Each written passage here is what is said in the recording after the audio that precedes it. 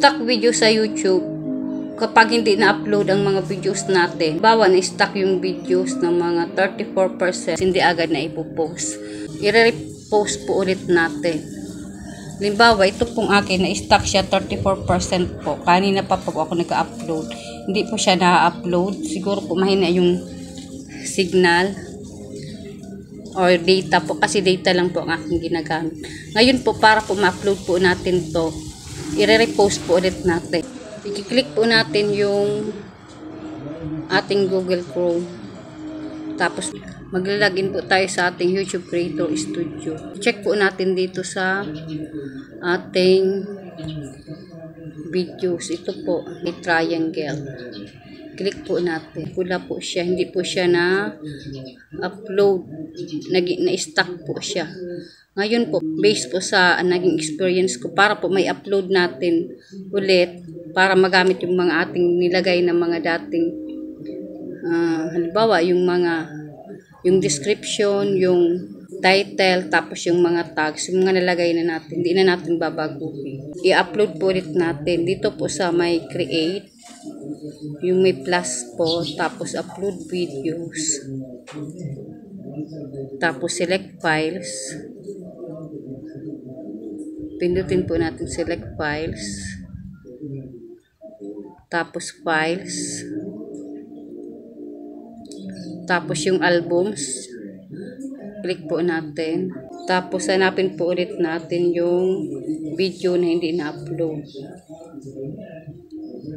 re-upload po natin. Tapos yan po, yung dati niya pong mga nilagay natin, yung details niya, yung title, tapos description, lahat po hindi po naalis. Ngayon po, makita nyo po dito sa baba, nag-uploading po siya. Automatic po, kung ilang percent na yung nahintuan niya, pagpapatuloy niya po yung pag-upload. Hihintayin lang po natin hanggang sa maging 100%. Huwag po nating i-delete kasi sayang naman po ng ating mga nilagay na mga description. Mag-isip ka na naman ng description. Tapos, ng title, ng tags, yung lahat po. Yung lahat ng nilagay natin. Mag-uumpisa na naman po tayo. Huwag po natin i-delete. I-re-upload lang po natin. Pag nag-upload po tayo ng ating mga videos, huwag po natin i-close ang ating videos o kaya ang cellphone. Pabayaan lang po natin hanggang sa ma-upload siya. Hanggang sa mag-blue pong lahat. Dito po, dahil re-uploading lang po, ito po, yung guhit pong ito, hintayin po nating kulay blue po hanggang sa dulo. Ayan po, 100% po uploaded na, pero wag po nating gagalawin ang ating cellphone o kaya ang ating pag-upload. Wag nating i-off, wag nating i-back. Hintayin po nating maging upload complete. Complete uploaded na po. Kapag complete uploaded na po, may makikita po kayo ditong upload complete. 100% uploaded ang ating video. Yan. Meron na pong check.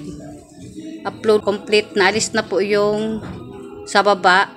Tapos po, para po ma-check natin kung na-upload na po ang ating video. Tapos yung schedule time po natin is ma-upload siya sa oras po nating in-schedule. I-check sa Google Chrome ulit. Pero i-check po natin dito sa may triangle. Yan, kulay pula po. I-check po natin. Ito po yung ating video. Yung schedule po natin is mamayang hapon dapat naka-upload na siya public. 100% uploaded na po ang ating video. Ganyan lang po ang pag-upload ng video kapag na-stock. Huwag po nating i-delete. Ang gawin po natin ay i-repost ulit. Ganyan lang po ang dapat natin gawin kapag na-stuck ang ating pag-upload ng ating video. Napakadali lang po ng dapat natin gawin. Thank you. Sana sa may natutunan po kayo. And pa-subscribe po ng aking channel. Thank you.